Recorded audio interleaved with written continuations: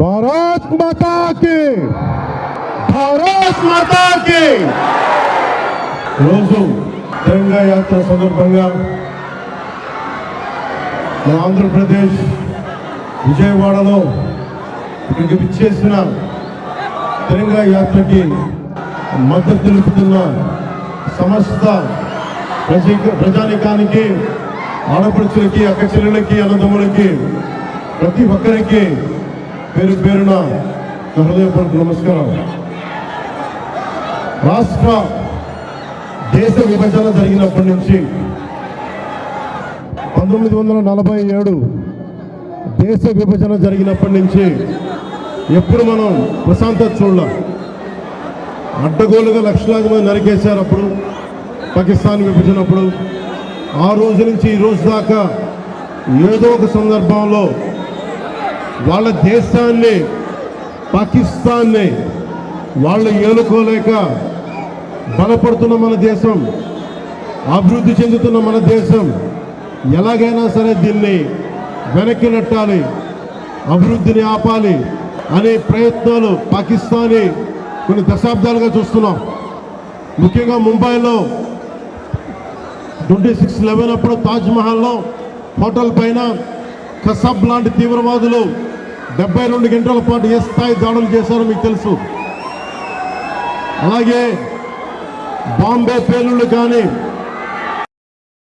కోయంబత్తూరులో bomb పేలుళ్ళు కానీ, అలాగే Gokul chat కానీ, గోకుల్ చాట్ పేలుళ్ళు కావచ్చు, లుంబిని పార్క్ పేలుళ్ళు కావచ్చు, జామా మస్జిద్ పేలుళ్ళు కావచ్చు, వీటన్నిటికీ వెనక పాకిస్తాన్ హస్తం ఉంది. వారు ముఖ్యంగా ఒకవైపు సరిహద్దుల్లో మనం ఈ రోజున విజయవాడలో కూర్చొని, ఆంధ్రప్రదేశ్లో కూర్చొని మనం ఇట్లా తిరగలుగుతున్నామంటే జమ్మూ కాశ్మీర్లో కానీ, హర్యానాలో కానీ, రాజస్థాన్లో కానీ, సరిహద్దు రాష్ట్రాలు ఏవైనా సరే ఇంత ప్రశాంతత ఉండదు. మనం చేయగలిగేది సైనికులకి మేము అండగా ఉన్నాం, మేము ధైర్యం చెప్పడం, అలాగే స్థానికంగా మనకి భారతదేశం లోపల ఎవరైనా సరే సూడో సెక్యులరిస్టులు ఎవరైనా సరే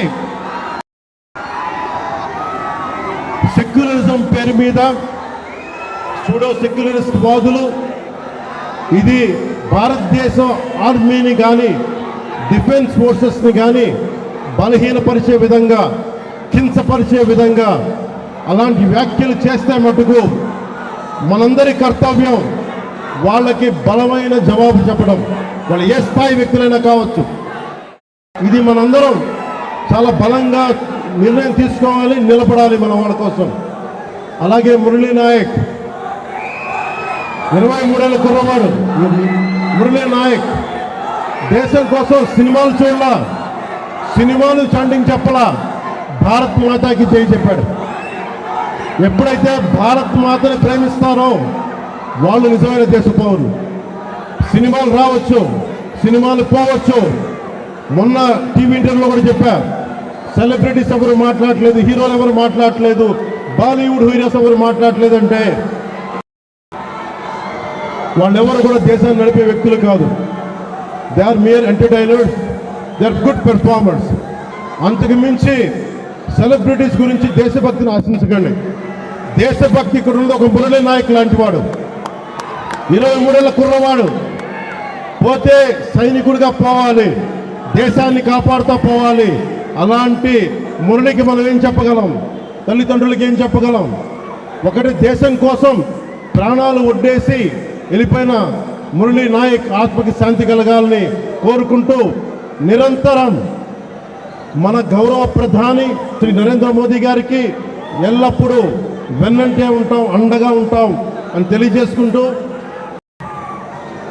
పాకిస్తాన్కి మనందరం మన భాషల్లో అన్నిట్లో ఒకటే చెప్పాలి, మీరు మా దేశం లోపలికి వచ్చి కొడితే మేము మీ ఇళ్లలోకి దూరొచ్చి కొడతాం. అదొక్కటి, అదే సమాధానం వాళ్ళకి.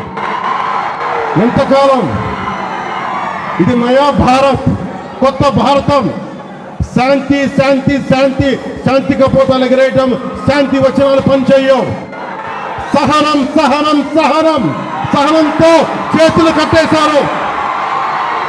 చాలు, మా ఇళ్లలోకి దూరొచ్చి కొడితే మీ సరిహద్దుల లోపలికి వచ్చి దూరి కొడతాం. పాకిస్తాన్కి ఇదే మా అందరం బలంగా చెప్పాల్సింది.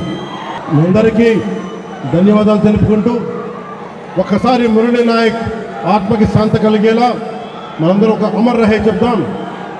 మురళీ నాయక్, మురళీ నాయక్.